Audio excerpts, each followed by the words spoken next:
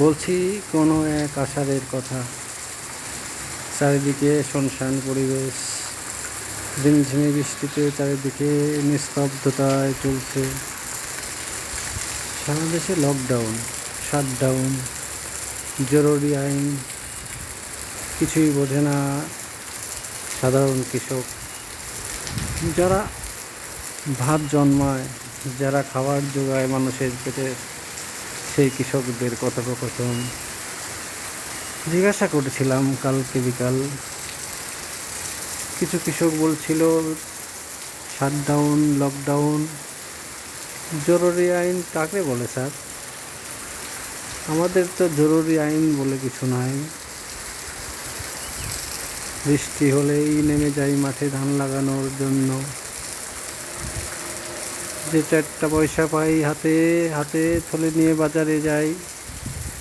বাজারে গিয়ে তো কাঁচামরিচ, পেঁয়াজ আর রসুন এতটুকুই তো জোটে স্যার। তাছাড়া তো আর মাছ, মাংস, শাক সবজি কোনো কিছুই তো জোটে না এই পয়সায়। অঝোরো বৃষ্টিতে ধারার মধ্যে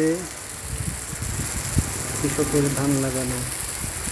জিজ্ঞাসা করছিলাম কৌতূহলবশত, এই বৃষ্টিতে ভিজছো কেন তোমরা? বৃষ্টিটা থামুক, তারপরে না হয় ধান লাগাও। হেসে বলল কৃষকেরা, কী যে বলেন না ভাই, ব্যাঙের আবার সর্দি।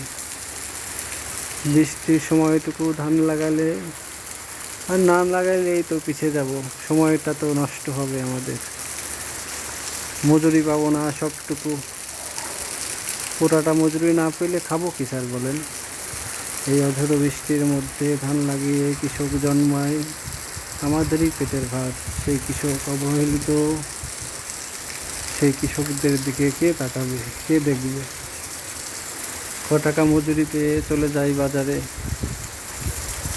দিনের মজুরি দিনেই শেষ, জোটে না মাছ মাংস,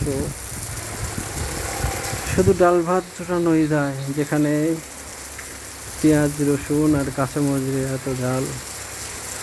সেই দেশে লকডাউন, শাটডাউন কিছুই বোঝে না তো পেট। প্রচুর বৃষ্টি ধারায়, চারিদিকে নিস্তব্ধতায়, এতটুকুই শহর আর গ্রামের তফাৎ। শহরের মানুষের তো সময়ই কাটে না লকডাউন, শাটডাউনে পড়ে সারাদিন বিছানাতে। নাই নেট সংযোগ, নাই ওয়াইফাই, নাই ফেসবুকের কত কিছু। সারা দুনিয়া বন্ধ, যেখানে শুধু ঘরে বাইরে যে 2-1জন মানুষের সাথে সারাদিন একা বসে থাকা, একটা গল্প করা, দুজনে ঝগড়া করা। বের হতে দেয় না, রাস্তায় বের হলেও পুলিশ, সেনাবাহিনীর টহল, বিজেপির চোখ রাঙানি। কোথায় সেগুলা গ্রামে?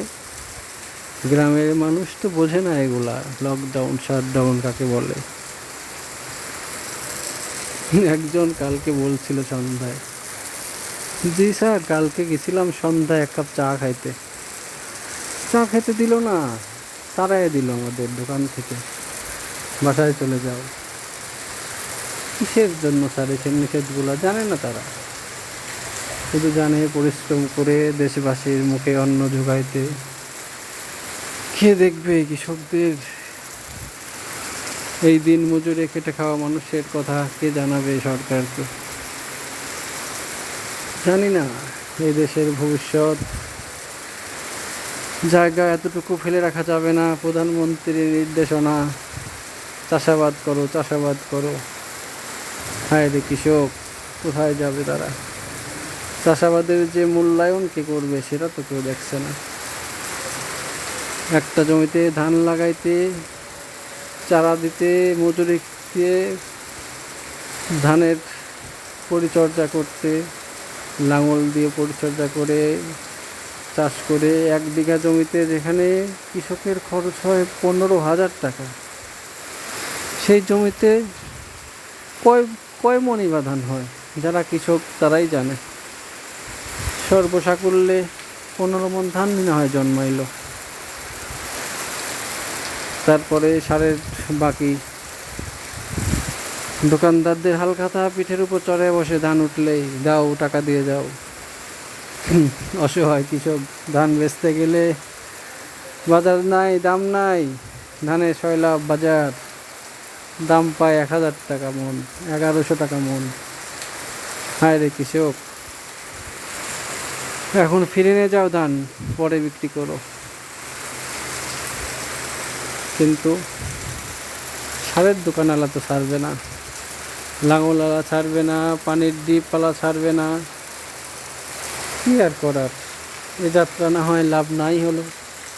পরবর্তীতে কখনো যদি ধানের দাম বৃদ্ধি পায় তখন না হয় লাভ করবো আমরা, এবার নয় আসলেই থাক। এভাবেই তো কেটে যায় কৃষকের জীবন। চলবে কতদিন আর এভাবেই বলেন? বাস্তবতা তো এটাই। কে ভাবে কাকে নিয়ে? যার যার ভাবনা। কেউ 1,000 কোটি টাকার স্বপ্ন নিয়ে বসবাস, কেউ শত শত কোটি টাকা নিয়ে বিদেশ পার, আর কেউ ডাল ভাত জোগাড় করতেই জীবন পার। বৃষ্টি ভেজা, মাথায় রোদ, খুবই মামলিক ব্যাপার এগুলা, যেখানে সর্দি গরমি লাগে নাকি মানুষেরই। একটু রোদে গেলে, একটু বৃষ্টিতে ভিজলেই সেই রোদ সেই বৃষ্টি কত মাথার উপরে দিয়ে চলে যায় যাদের। সর্দি গরমি কাকে বলে যারা চেনে না, জ্বর আসলে তো প্যারাসিটামল খেলেই শেষ হয়, আর তো কিছু দরকার নেই যাদের। বড় বড় ট্রিটমেন্ট, বড় বড় প্যাথোলজিস্ট পরীক্ষা, কোনো কিছুই তো তাদের লাগে না। তাদের জীবনটা কি এমনই? আল্লাহ বুঝার তৌফিক দিক আমাদের সবাইকে, সবাই কৃষকদের পাশে দাঁড়ানোর তৌফিক দিক, এই প্রার্থনায়। আল্লাহ হাফেজ।